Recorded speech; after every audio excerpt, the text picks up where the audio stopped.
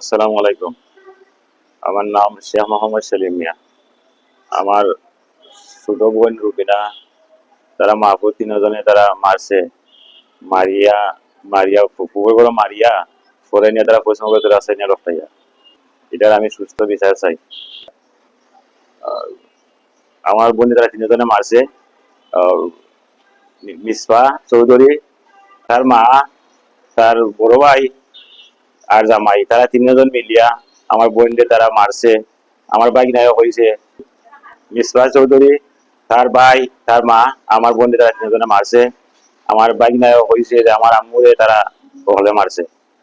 তারা তিনজনের হইতে পারে না। বাইকের নাম হইলে কিতা আনাম। আমরা খবর পাইছি আউট জন হয়েছে। আমরা খবর পাইছি তারা আপনাকে ফোন টোন দিয়েছে না। তিনটা আমরা গেছি। তিনটা দিয়ে গেছে। দিয়া যাচ্ছি ফাঁস লাগাই চেয়ারম্যান আমি ফোন দিই। চেয়ারম্যান কইছেন যে থানার তোমরা চিন্তা করিও না। আমি খবর পাইছি।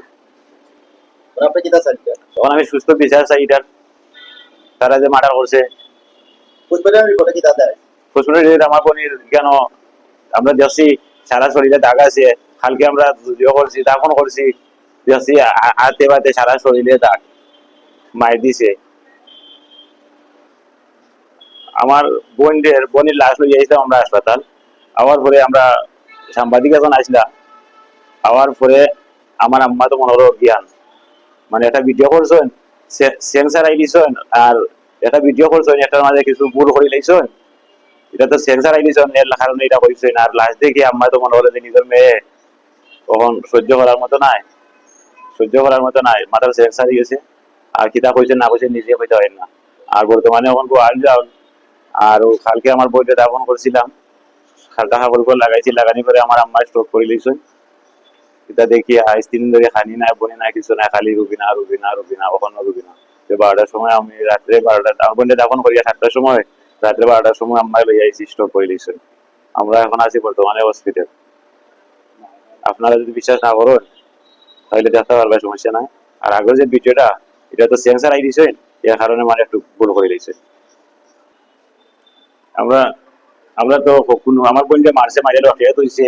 আমরা কোনো খবর দিছে না। আউটে ওখানে খবর দিছে দেওয়া হয়েছে ওরকম ওরকম। আমরা 3টার সময় গেছি। যাওয়ার পরে গিয়া দেখি যে মারা গেছে লাশ লড়টাই তারা মারিয়া ধরে আসছে। আর আমার বাইক যখন এরপরে পুলিশ গিয়েছে সাইডটা গিয়া লাশ ছুটাইছে। ছুটানির পরে লাশে ডাকিয়া লই আইছে গাড়ি দিয়ে। আমার বাইক নিয়ে একটা বাইক একমাত্র বাইক না আমার বাইক নারে তার মারে দেখাইছে না। আমরা যে লাশ লইয়া এলাম টাউনও লইয়া এলাম দাফন করলাম। আজ পর্যন্ত একটা মানুষ আইছে না আসছে না আমার বাড়িতে গেছে না। এরপরে আমার বাইক নারেও দেখাইছে না লাশটা। আমার বাইক নিয়ে 4.5 বছর নাম হইলো আনাম। কইছি তার মারে দেখতো তার বাপে হয়েছে মেমান আইছে বিস্কুট এখান দিয়ে হাত করে রাখিচ্ছে করো। আর আমার বাইক নিয়ে খবর যে আমার আম্মুরে তারা হলে মারছে। আর তারা বাড়িতে গিয়ে সব বাগি গেছে তারা বাগাত।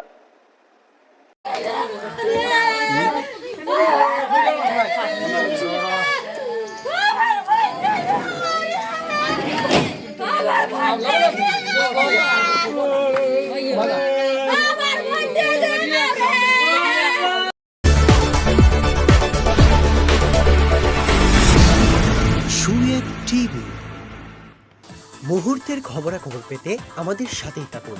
সময়ের সাথে সত্যের সন্ধানে Suyeb TV like, comment, share, subscribe করুন।